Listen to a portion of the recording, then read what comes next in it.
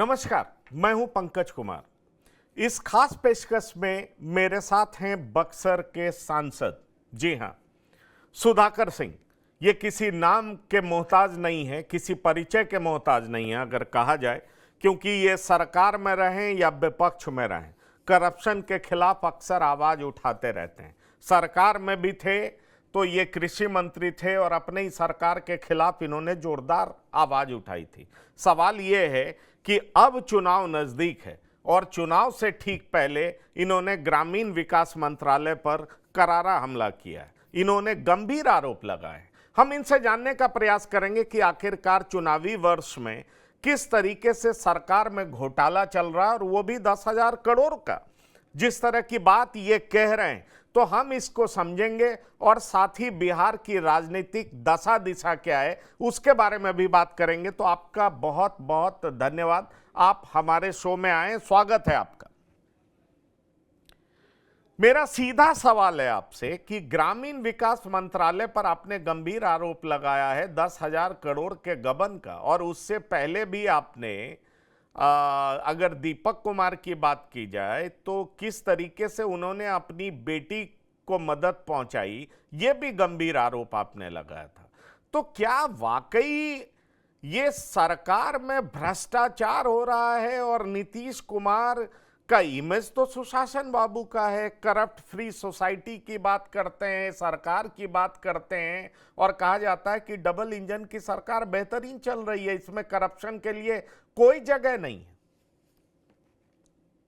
Double engine की सरकार में जो करप्शन का लेवल है वो डबल हो गया है, और खास तौर से तब से जब माननीय मुख्यमंत्री जी की मानसिक और शारीरिक अस्वस्थता जो बढ़ी है, उसके आड़ में जो नौकरशाह है वरिष्ठ, वो बड़े पैमाने पर भ्रष्टाचार में शामिल हो रहे हैं। यह जिस विभाग का मसला है वह विभाग ग्रामीण कार्य विभाग है, जिसमें ग्रामीण क्षेत्रों में सड़क बनाने का काम होता है। अच्छा, आप ग्रामीण कार्य विभाग की बात कर रहे हैं? जी हाँ, मैं करेक्ट कर लूँ इसको। जी जी। दूसरी बात यह है कि यह पूरी योजना तकरीबन 22 से 25 हजार करोड़ की है। उसमें से करीब करीब जो मेथडोलॉजी अपनाया है इन लोगों ने, उससे 8 से 10 हजार करोड़ रुपए का बंदरबांट हो जाएगा अधिकारियों, राजनेताओं, ठेकेदारों के बीच में। इसका पुख्ता प्रमाण यह है कि ग्रामीण क्षेत्रों में जो सड़क निर्माण हो रहा था, कोई 1 करोड़ रुपए का प्रोजेक्ट था, कोई 75 लाख का था, कोई 1.5 करोड़ का था, कोई 2 करोड़ का था। तो पर यूनिट के हिसाब से टेंडर होता था, और फिर टेंडर में छोटे कारोबारी पार्टिसिपेट करते थे, तो हमेशा वह 30 से 35% बिलो जाता था। ओवर एस्टिमेटिंग, ओवर इनवाइसिंग, यह नई एक तरीके बनाए गए हैं सरकार में भ्रष्टाचार को लेकर के, जिसको रेक्टिफाई करते हैं हम लोग बीड सिस्टम के जरिए, कि ओपन बीड में इसको जो ओवर इनवाइसिंग या ओवर एस्टिमेटिंग हुआ है वो मिनिमाइज हो जाता है। और ये पूरे राष्ट्रीय स्तर की समस्या है, लेकिन बिहार में कुछ ज्यादा इसका प्रयोग किया जा रहा है। इस साल ग्रामीण कार्य विभाग ने क्या किया कि ये छोटी सड़कों को ग्रुप कर दिया और मिनिमम 20 करोड़ रुपए का एक एक ग्रुप कर दिया। अब एक एक ग्रुप 20-20 करोड़ रुपए से ऊपर हो जाने से ये छोटे जो कारोबारी थे वो इस काम से बाहर हो गए। तो जो बीड सिस्टम है वो रिस्ट्रिक्टेड हो गया, लिमिटेड हो गए। चंद लोग ही जो है जिनका अनुभव 20-25 करोड़ से ऊपर का है, और उन लोगों ने जो लिमिटेड लोग हैं तो 22-24 हजार करोड़ की परियोजना में उन्होंने कार्टेल तैयार कर लिया उन लोगों ने, कि देखो 2 सड़क तुम बना लो 20-20 करोड़ की, 2 सड़क हम बना लेंगे 20-20 करोड़ की, तीसरा भी कह रहा है कि हम 20-20, 30-30 करोड़ की। तो तीनों मिल करके वो एक बीड कर रहा है, ऑन द रेट कर रहा है। तो जो ओवर एस्टिमेटिंग, ओवर इनवाइसिंग है, वो रिस्ट्रिक्टेड लिमिट बीड सिस्टम में लिमिटेड लोग आने से वो काम 100 रुपए का 101 रुपए, 2 रुपए में या 97-98 रुपया में मैनेज हो रहा है। तो ऑब्वियस है कि आप जोड़ लीजिए 22 से 25 हजार करोड़ रुपए में 20, 25, 30% जो बिलो जा रहा था बिहार में, अगर उस रकम को देख लें रिस्ट्रिक्टेड होने से करीब 10 हजार करोड़ रुपए का गबन होगा, लूट होगी। और इस लूट में पूर्णतः माननीय मंत्री अशोक चौधरी, प्रधान सचिव दीपक सिंह और विभाग के जो अभियंता प्रमुख 2-3 होते हैं, और इसके नीचे अधिकारियों का पूरा चेन बना करके ये लूट का काम शुरू हो चुका है, जिसका एक सबूत मैंने दिया था मीडिया के सामने भी, और सरकार को भी मैंने लिखा। इसके अलावा निगरानी को भी मैंने लिखा और लोकायुक्त महोदय को ने भी लिखा इस विषय को लेकर। नहीं तो आपने सबको लिखा है, लेकिन आप गंभीर आरोप लगा रहे हैं। आप अशोक चौधरी पर आरोप लगा रहे हैं, आप उनके जो वरिष्ठ आईएएस ऑफिसर उस विभाग के हैं दीपक सिंह पर आरोप लगा रहे हैं। सवाल ये उठता है कि अशोक चौधरी तो मुख्यमंत्री के बड़े खास मंत्री माने जाते हैं, वो किचन कैबिनेट के सदस्य हैं, तो अशोक चौधरी पर भ्रष्टाचार का गंभीर आरोप आपने ये सबूत किस किस के पास भेजा है, और क्या सरकार ने इसका कोई कॉग्निजेंस लिया है? देखिए, अभी पहले मैं माननीय मुख्यमंत्री जी के यहाँ भेजा था, लेकिन कोई कॉग्निजेंस नहीं लिया। दीपक सिंह प्रधान सचिव को भी मैंने व्हाट्सएप से सारे दस्तावेज भेजे थे, और मैंने उनको कहा था कि इसमें जांच होनी चाहिए। जब दोनों ही स्तरों पे कॉग्निजेंस नहीं हुआ, तो 4 दिन पहले मैंने प्रेस कॉन्फ्रेंस करने के बाद मैंने माननीय लोकायुक्त को और निगरानी को लिखा है। तो 4 दिन थोड़ा कम वक्त होता है कॉग्निजेंस के लिए। इस तरह के मामलों में मिनिमम 15-20 दिन लग ही जाते हैं प्रोसेस को स्टार्ट करने में, क्योंकि जांच एजेंसियों को बहुत तरह की चीज़ों को इकट्ठा करना होता है। लेकिन एक होगा, आप देखेंगे कि अभी तक मेरे 4 दिन के बयान के बाद भी सरकार के तरफ से कोई भी बचाव का बयान नहीं आया, न सरकारी अधिकारियों के द्वारा, न जनता दल यू भाजपा के द्वारा, राजनीतिक दल के द्वारा, और न ही विभाग के स्तर पे। तीनों स्तर पे कोई भी सफाई नहीं आया मीडिया के सामने इतने गंभीर आरोप के बाद। तो प्रथम दृष्टया तो साबित हो गया है कि इस तरह के मामले हैं, तभी इन लोगों का कोई जवाब नहीं आ रहा। मेरा अगला सवाल आपसे ये होगा कि आप जिस तरीके से मंत्री, प्रधान सचिव इन पर आरोप लगा रहे हैं, और ये काफी गंभीर आरोप है, और आप कह रहे हैं कि जिस तरीके से बंदर बांट चल रहा है, क्या इस मुहिम में आप अकेले हैं? क्या आपकी पार्टी इसमें आपका समर्थन कर रही है? मैंने आपको अक्सर देखा है भ्रष्टाचार के खिलाफ मुंह खोलते हुए, बोलते हुए। पिछली बार भी आपने जोरदार तरीके से आवाज उठाई थी, लेकिन पार्टी कहती जरूर है कोई भ्रष्टाचार के खिलाफ मुहिम खड़ा नहीं करती है। क्या कहना चाहेंगे इस पर? देखिए, पार्टी भ्रष्टाचार को लेके बहुत ही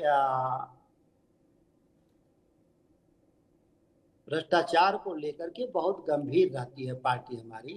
आपने देखा होगा, आदरणीय तेजस्वी जी लगातार कई बार कहा है कि बिहार में पहले डीके टैक्स था, पहले आरसीपी टैक्स था, अब डीके टैक्स है। ऐसा नहीं है, लेकिन एक राजनीतिक दल के तौर पे भ्रष्टाचार, डेवलपमेंट, नई नीतियों का निर्माण, और कई हमारे मूवमेंट्स होते हैं, और लैंड ऑर्डर का सवाल हो, तो कई तरह के मूवमेंट्स हैं। तो नेता का जो समय है और पार्टी का उन चारों पांचों दिशा में लगता है।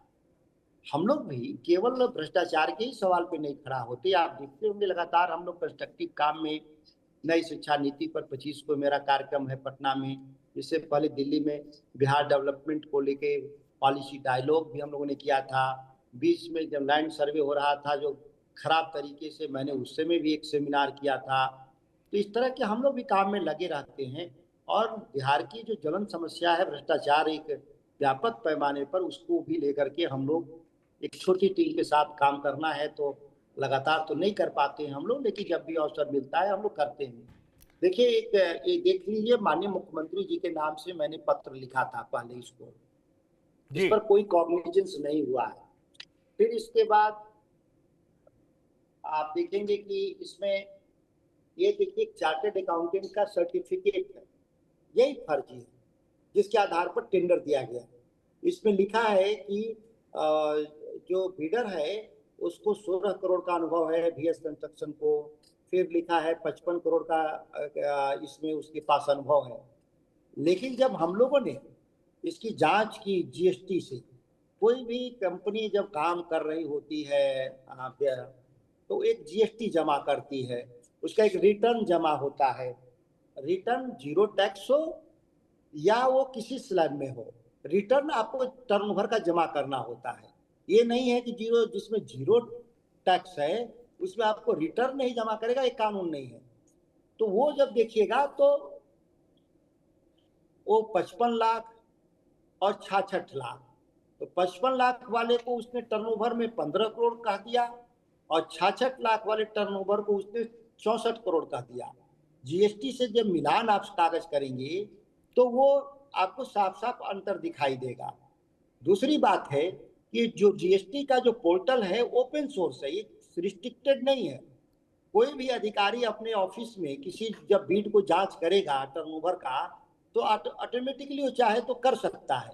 लेकिन चार्टर्ड अकाउंटेंट के सर्टिफिकेट को सही मानना और जीएसटी जो सरकार का अपना जो डाटा है उसको नकार देना, यही मिलीभगत है। इससे जाहिर है कि ये मिलीभगत है। जब हमने कहा कि गड़बड़ी हुआ तो प्रधान सचिव जिसको कहे होंगे, इंजीनियर इन चीफ ने एग्जीक्यूटिव इंजीनियर को दोबारा जांच के लिए कहा। तो जब दोबारा जांच के लिए कहा तो वही एग्जीक्यूटिव पहले जो उसको टर्नओवर को सही माना था, वही एग्जीक्यूटिव इंजीनियर जीएसटी के मैच कराने के बाद कहा कि नहीं इसमें फर्जीवाड़ा है। तो मान लेना चाहिए था सरकार को, लेकिन वो इंजीनियर इन चीफ मानता नहीं, क्योंकि वो तो ऑलरेडी ठेकेदारों से मैनेज था। तो उसने एक तीसरी जांच करवाया सुपरिटेंडिंग इंजीनियर से और कहा कि चार्टर्ड अकाउंटेंट से पूछ लो कि तुम्हारा आंकड़ा सही है कि नहीं। तो जो चार्टर्ड अकाउंटेंट पहले जो आंकड़ा दिया था वो अपने को गलत कैसे कहेगा। पुनः कह दिया कि नहीं हम जो आंकड़े दिए वो सही है, और उसके आधार पर सरकार को मान जाना। मतलब कि ऊपर से नीचे तक इसमें लोग शामिल थे, क्योंकि जो पैसे का जो बंदर बाट है उसमें सभी समरूप रूप से शामिल थे। अगर वो इसमें एक भी ईमानदार होता सिस्टम में तो उसको रोक देता, ऑब्जेक्शन लगाता। कोई ऑब्जेक्शन नहीं लगना। आप ग्रुप ऑफ जो कमेटी के जो मेंबर है, ग्रुप 5 आदमी, आप यहाँ देखेंगे कि कमेटी बना के 5 आदमी साइन कर दिया। मतलब सिस्टम में एक भी ईमानदार होता तो ये इसको ऑब्जेक्शन रेज करता। कोई रेज नहीं कर रहा है, छोड़ देना। जाहिर है कि मैंने कहा कि ऊपर से नीचे तक ये सिस्टम सड़ गया और कोई रोकने का प्रयास नहीं किया। नहीं, 5 पर लोगों में से आप देखिए, एक गंभीर सवाल यह बनता है, जो आप जो बात कह रहे हैं उसमें सवाल यह बनता है कि एक तो बिडिंग का जो क्राइटेरिया था उसको बड़ा एस्केलेट कर दिया कि बड़े बड़े ठेकेदार ही आएंगे, और जिससे छोटे ठेकेदार इसमें पार्टिसिपेट करने से विमुख रह गए, वो कर नहीं पाए। पर अपने ही बनाए हुए कानून को किस तरीके से धाता बताते हुए कम कम टर्नओवर वाले ठेकेदार को इन्होंने ठेका दे दिया, आप ये कहना चाह रहे हैं। तो मतलब बहुत साफ है कि आम ठेकेदार को हटा दिया और जिसको सपोर्ट करना था, उनका टर्नओवर कम था, उनको काम दे दिया गया। और ऐसी ही बात एक और शख्स है जो ईडी के शिकंजे में आया है, रिशु श्री को भी लेकर के कहा जाता है कि वो ऐसे ही डील फिक्स करता था, पहले ही मिनिस्ट्रीज में जाता था, जिसको ठेका दिलाना होता था उस तरह का बायलॉज बनता था और तभी ठेका दिया जाता था। यहाँ पर एक रिशु श्री नहीं है, ये पहले रिशु श्री पकड़े गए हैं। इससे पहले भी 2 लोग गब्बू सिंह और एक और थे जिनका नाम मैं भूल रहा हूँ, उन पे भी छापे पड़े थे। उनकी उसमें कार्रवाई अभी पेंडिंग है, मैं देख रहा हूँ। राजनीतिक कारणों से जांच एजेंसियां कभी फास्ट होती हैं, कभी स्लो होती है, वो एक अलग सवाल है। रिशु श्री जैसे यहाँ दर्जनों लोग बिहार में इस तरह के ठेकों को मैनेज कर रहे हैं, और ठेके की मैनेजमेंट शुरू होती है एनआईटी के कानून में बदलाव से। और जो स्टैंडर्ड ऑपरेटिव प्रोसीजर बना है सिस्टम को बीट करने का, उसको ही वो लोग बदल देते हैं। इसीलिए मैंने कहा कि सिस्टम में कोई एक आदमी भी ईमानदार नहीं रहा जो इन गड़बड़ियों को रोकने का प्रयास करे। मुख्यमंत्री जी की जो मानसिक और शारीरिक शिथिलता की आड़ में अधिकारी बेलगाम हो चुके हैं।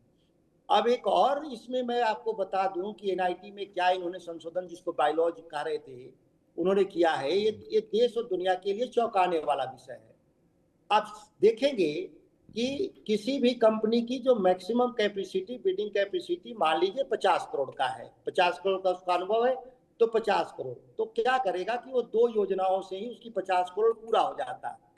लेकिन उसको मालूम नहीं होता ठेकेदार को कि 2 योजनाएं मुझे कौन मिलेंगी, तो बकायदा 10 योजनाओं में उस पेपर डालता है अपना। अब 10 योजनाओं में पेपर डाला, काम उसको 2 का मिलना है, तो 8 कौन नहीं योजना लेगा ये सरकार को तय करना था। लेकिन सरकार के बैठे हुए अधिकारी कहते हैं ठेकेदार से कि देखो तुमको 2 काम फलाना दे दिए हैं, 8 काम से अपना कागज हटा लो।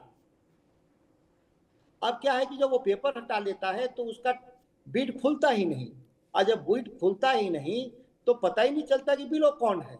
तो जो मैक्सिमम है वो उसको जानकारी में है कि मेरा मैक्सिमम है, वो अधिकारी को मैनेज कर लेता है और उसके दबाव बना के जो लोअर को हटवा देता है, क्योंकि उसको दूसरी जगह काम ऑलरेडी दिलवा रहा है।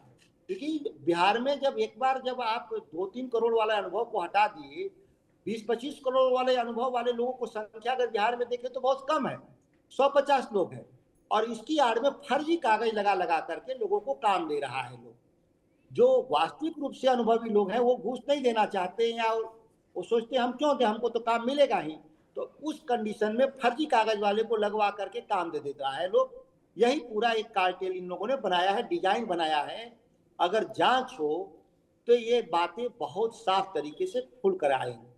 मैं मेरा अगला सवाल आपसे होगा, जिस तरीके से पलायन रोको, बेरोजगारी हटाओ, ये बड़ा मुद्दा है आपके गठबंधन का, और खास तौर पर जो मुद्दा पे तेजस्वी जी घूमते नजर आए, उसी मुद्दे को लेकर के कांग्रेस भी काफी मुखर नजर आ रही है। सवाल ये उठता है कि भ्रष्टाचार की बात करेंगे आप चुनाव पर, या भ्रष्टाचार की बात पुरजोर तरीके से इसलिए नहीं कर पाते हैं क्योंकि आपके राष्ट्रीय अध्यक्ष ही सजा याफ्ता हैं, इसलिए आप जोर से नहीं उठा पाते, तेजस्वी नहीं उठा पाते हैं इस बात को? देखिए, भ्रष्टाचार के सवाल को लेकर राष्ट्रीय जनता दल में शुरू से जीरो टॉलरेंस की नीति रही है। जिस तरीके से विंडिक्टिव तरीके से राष्ट्रीय अध्यक्ष जी को इस मामले में उलझाया गया था, वो सभी लोग को जानकारी है कि वह पूरा षड्यंत्र 1980 से हो रहा था, न कि 90 से 95 के बीच में का घोटाला है। आप उस पूरे घोटाले को देखिए तो 80 से 95 के बीच का है। तो 80 से 90 के बीच वाले लोग की जांच के क्राइटेरिया से हटा देना, सरकार में जो बैठे हुए जो लोग थे दिल्ली में, वो बहुत चालाकी से 80 से 90 वाले मामले को हटा करके 90 से 95 करते हैं। 90 से 95 के दौरान भी लालू प्रसाद जी के जब संज्ञान में होता है तो तुरंत उस पर एफआईआर दर्ज करते हैं। स्वयं पहला एफआईआर करता बिहार की सरकार है, न कि सीबीआई है। कोई भी सीबीआई को डायरेक्ट किसी राज्य के भीतर जांच का अधिकार नहीं मिला हुआ है, क्योंकि वो केंद्रीय कानून से बना हुआ नहीं है। यह लॉ एंड ऑर्डर का सवाल है, और लॉ एंड ऑर्डर राज्यों के जिम्मे है। तो ईडी हो, सीबीआई हो, या कोई भी एजेंसी, उसको सबसे पहले किसी न किसी राज्य में वो एफआईआर दर्ज होता है, उन एफआईआर को टेकअप करती है। तो लालू प्रसाद जी को बेईमानी अगर होता, बेईमानी लगता कि वो बेईमानी किए हैं, तो कभी एफआईआर वो बिहार में करते नहीं, और जब तक एफआईआर नहीं बिहार में होता तब तक सीबीआई उसको टेक ओवर नहीं करती। ये सुप्रीम कोर्ट का ही रोलिंग है। चलिए, फेयर है ना कि कई राज्यों में सीबीआई जांच नहीं कर पाती कि राज्य अनुमति नहीं देता। बिल्कुल बिल्कुल। मेरा अगला सवाल आपसे यह होगा कि जिस तरीके से महागठबंधन में घटक दलों के बीच में समझौता बनता हुआ दिखाई नहीं पड़ रहा है, और कहा यह जा रहा है कि सीटों को लेकर के रस्साकसी है, आपको नहीं लगता कि अगर विलंब होगा, देर होगा, तो निश्चित तौर पर चुनाव लड़ने में दिक्कत होगी, आपस में तालमेल का अभाव होगा? क्योंकि कांग्रेस तो जोर दे रही है, लेफ्ट पार्टी जोर दे रही है, वीआईपी कह रही है सीटों को डिक्लेयर करिए, कौन कौन सी सीट दीजिएगा ये बताइए, और तभी हम चुनाव लड़ेंगे, तब हम बेहतर तरीके से चुनाव लड़ पाएंगे। तो क्या आपको लग रहा है कि महागठबंधन के भीतर कुछ ना कुछ प्रॉब्लम है, जिस वजह से किसी सॉल्यूशन तक पहुंचा नहीं जा रहा है, जानबूझ करके डिले किया जा रहा है? देखिए, बिहार सहित देश भर की जो राज्यों और केंद्र की जो राजनीति है वो गठबंधन आधारित राजनीति है। ऐसा नहीं है कि कोई एक दलीय राजनीति है। बिहार में भी आप देखेंगे तो एनडीए की तरफ से भी कई दल हैं और इंडिया ब्लॉक की तरफ से भी कई दल हैं, और दोनों तरफ से देखें तो एक तरफ से भाजपा लीडिंग फोर्सेज है, एक तरफ से राष्ट्रीय जनता दल लीडिंग फोर्सेज है।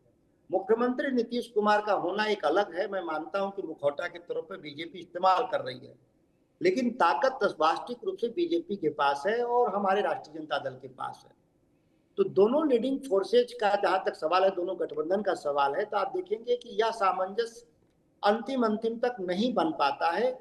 तो ये बिहार के लिए कोई नुकसान नहीं, गठबंधन के लिए नुकसानदेह हो सकता है, लेकिन दोनों ही गठबंधनों का यही हाल है। तो संख्या कोई तय नहीं है दोनों तरफ गठबंधनों की तरफ से, और थोड़ा समय लेता है। तो इससे नुकसान की जहां तक बात है तो बिहार को तो कोई नुकसान नहीं है, राजनीतिक गठबंधनों के लिए थोड़ा नुकसान है, लेकिन दोनों तरह की स्थिति है बिहार में, क्योंकि अभी जो बहुदलीय जो गठबंधन है वो थोड़ी से कश्मकश में संख्या को लेकर अंतिम समय तक रहते हैं, थोड़ी परेशानी होती है। एक सवाल मेरा और होगा, अभी चिदम्बरम गठबंधन के बारे में बोल रहे थे कि इंडिया गठबंधन में प्रॉब्लम है, वो एक्सेप्ट कर रहे थे और फिर उन्होंने पास ओवर कर दिया कि इनको तो सलमान खुर्शीद के ऊपर।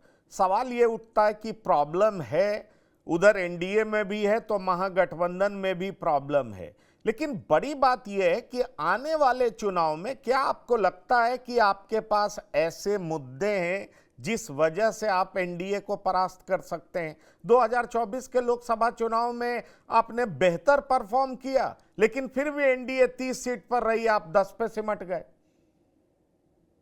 देखिए, लोकसभा का चुनाव को अगर हम ठीक से देखें तो 400 पार के नारे के साथ भारतीय जनता पार्टी जिस दिन ने घोषणा की, उसके अगले दिन देश के 99% मीडिया के लोगों ने 400 पार का एक ओपिनियन पोल निकाल दिया। आप देखेंगे ठीक से, तो वो चुनाव लेवल प्लेइंग नहीं था, लेकिन जब रिजल्ट आया उस रिजल्ट से पहले एग्जिट पोल भी 400 पार से ऊपर दिखाया गया इस देश में, लड़ाई बराबरी का छूटा। तो अब इस देश के आम नागरिकों में धारणा है कि एनडीए के पक्ष में, भाजपा के पक्ष में न्यूज चैनल के 99% हिस्सा अखबारों का वह टुवर्ड्स इंक्लाइंड है एनडीए की तरफ। अब देश की जनता को विश्वास नहीं है कि पोल ओपिनियन पोल में। आप देखेंगे कि बिहार में हम लोग आसानी से बहुमत के करीब चले जाएंगे, बहुमत से आगे जाएंगे, इसमें कहीं कोई शक नहीं। पिछली बार भी हम बहुमत के करीब थे, इससे फर्क नहीं पड़ता। आप आने वाले वक्त में चुनाव को इस बात को देखिएगा कि किसी भी ओपिनियन और एग्जिट पोल का प्रभाव आम। बिल्कुल, हाँ। अच्छा, तो आप कह रहे थे कि किसी भी ओपिनियन पोल का प्रभाव नहीं पड़ेगा, लेकिन एक बात मैं आपको बहुत साफ कर दूं कि हमारा प्लेटफॉर्म बिल्कुल निष्पक्ष पत्रकारिता करता है, किसी के तरफ कोई इंक्लिनेशन नहीं है। लेकिन जिस तरीके से ग्रामीण कार्य विभाग पर आपने गंभीर आरोप लगाए हैं 10,000 करोड़ तक के गबन का, वो एक गंभीर विषय है, और कॉन्ट्रैक्ट अलोकेट करने में जिस तरीके की अनियमितता का आरोप आपने लगाया है वो भी गंभीर विषय है। सवाल यह है कि क्या वाकई अफसर बेलगाम हो चुके हैं? सवाल यह है कि क्या आपका ये आरोप नीतीश कुमार पर चस्पा हो पाएगा, उनकी सरकार पर चस्पा हो पाएगा? और खास तौर पर जिस मंत्री की बात आप कर रहे हैं अशोक चौधरी, और उनके विभाग पर चस्पा हो पाएगा? तो क्या ये कितना बड़ा मुद्दा होगा आने वाले चुनाव में, ये देखना बड़ा दिलचस्प होगा। लेकिन चुनावी वर्ष में इतना बड़ा आरोप क्या रंग लाता है, आरजेडी के पक्ष में क्या हवा बहा पाएगा, किस तरीके से जेडीयू को डैमेज कर सकता है, ये देखना दिलचस्प होगा। बहरहाल इस कार्यक्रम में इतना ही। सुधाकर सिंह जी, आपका बहुत बहुत धन्यवाद और शुक्रिया टीवी 9 के प्लेटफॉर्म पर आने के लिए। इस खास पेशकश में इतना ही। ताज़ा तरीन खबरों के लिए आप लगातार देखते रहिए टीवी 9। धन्यवाद, नमस्कार।